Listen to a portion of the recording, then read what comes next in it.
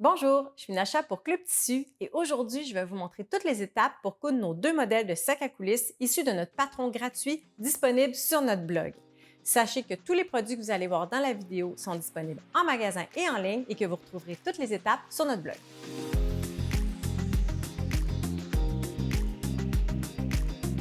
Le patron offre deux versions. Vous avez d'abord le modèle A, B, C, qui sont trois tailles différentes, mais dont la pochette est plate avec une coulisse simple. Celui-ci, c'est le modèle A qui est parfait pour les ustensiles, par exemple, ou une brosse à dents.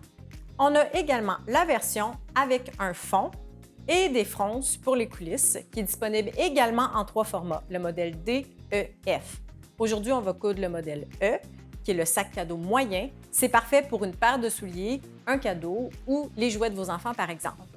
Pour les besoins du pas à pas, aujourd'hui, je vais vous coudre le modèle E, soit le modèle avec un fond et les fronces. Mais sachez que toutes les premières étapes du tutoriel s'appliquent également pour la version du sac à coulisses plat avec une coulisse simple. Donc, en suivant le pas à pas, vous allez être en mesure de faire les deux modèles. Pour votre projet, vous aurez besoin d'un tissu non extensible, comme un coton à courte pointe, et d'un ruban. La première étape va être de couper votre tissu. Vous trouverez la liste de taillage complète sur notre blog pour les 6 modèles. Aujourd'hui, je vous rappelle qu'on coud le modèle A et le modèle E. Si votre tissu n'a pas de sens, vous aurez besoin d'une grande pièce de tissu. Si votre tissu a un sens, à ce moment-là, il va vous falloir 2 pièces de tissu et une couture supplémentaire. Vous retrouverez cette étape-là sur notre blog. Une fois vos pièces de tissu coupées, on va venir faire un point de surjet tout le tour de vos pièces pour éviter qu'elles s'effilochent. Si vous avez une surjeteuse, vous pouvez le faire avec votre surjeteuse. Mais si vous n'en avez pas, vous pouvez utiliser votre machine à coudre et faire un zigzag tout le tour. Donc, la partie excitante commence. On va commencer à coudre le sac. Première étape, ça va être de venir plier votre pièce de tissu en deux. Ensuite, on va venir marquer le tissu pour délimiter où la couture va commencer. Pour le modèle ABC, on va venir faire la marque à 1,25 pouces du bord.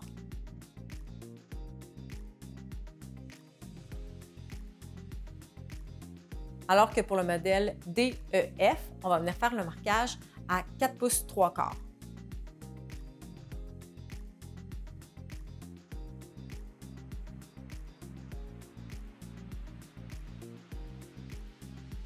Une fois le marquage fait, on va venir faire une couture du marquage qu'on a fait jusqu'en bas avec une marge de couture de 1 cm.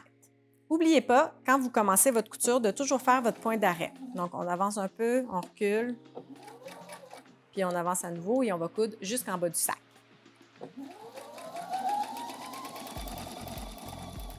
Les deux latérales sont maintenant cousues. On va ensuite se diriger au fer à repasser pour venir presser les marges de couture ouvertes. L'objectif va être de venir presser ouverte la marge de couture d'une extrémité à l'autre. Donc, même dans l'espace qui n'est pas cousu ici, on va venir presser l'équivalent de la marge de couture, puis venir faire une surpiqûre. Une fois votre marge de couture bien pressée d'une extrémité à l'autre, on va venir faire la finition du passant en faisant une couture dans le surjet du haut du sac jusqu'à la couture qu'on a précédemment faite, donc jusqu'ici. Donc, voici à quoi va ressembler votre coin que vous avez fait sur les 4 côtés.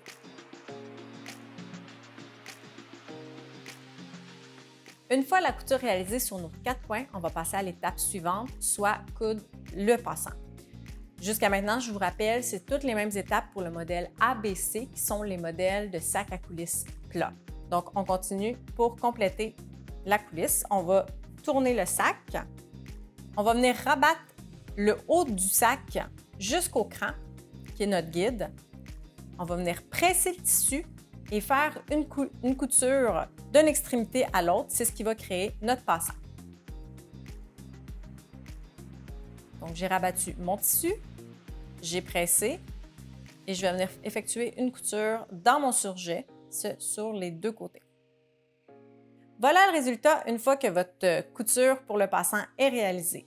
À cette étape-là, vous avez terminé le sac version plat avec un passant simple. Il vous reste simplement à passer le ruban à l'intérieur.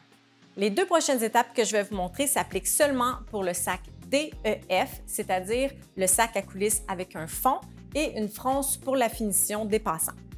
Pour réaliser la fronce, on va venir effectuer une autre couture à 1 demi-pouce de la première couture du passant, juste ici. Donc avec une règle, on va venir marquer et passer à la machine à coudre.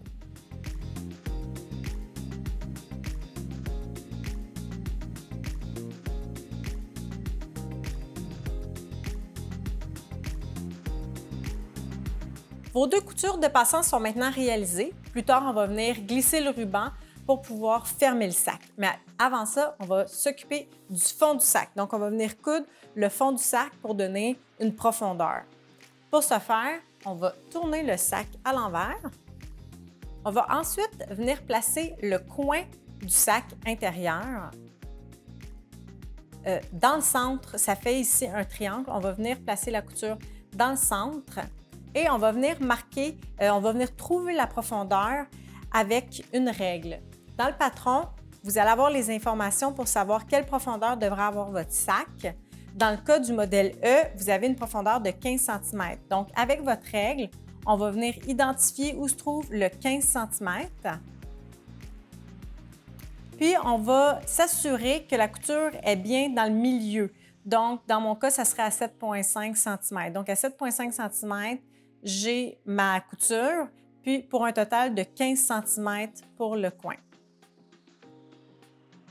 La couture est réalisée. On va maintenant couper la marge tout le long de la couture.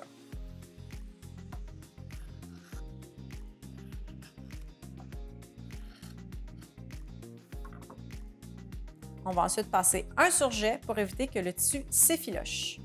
Une fois les 2 coins cousus, il ne nous reste plus qu'à retourner notre sac et à y glisser les passants. On y est presque. Il vous reste maintenant qu'à passer le ruban dans les 2 passants.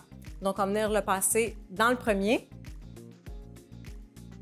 Et rendu au bout, on va venir le rentrer dans le deuxième passant pour finalement faire un nœud. Puis on va répéter le même exercice de l'autre côté avec le deuxième ruban.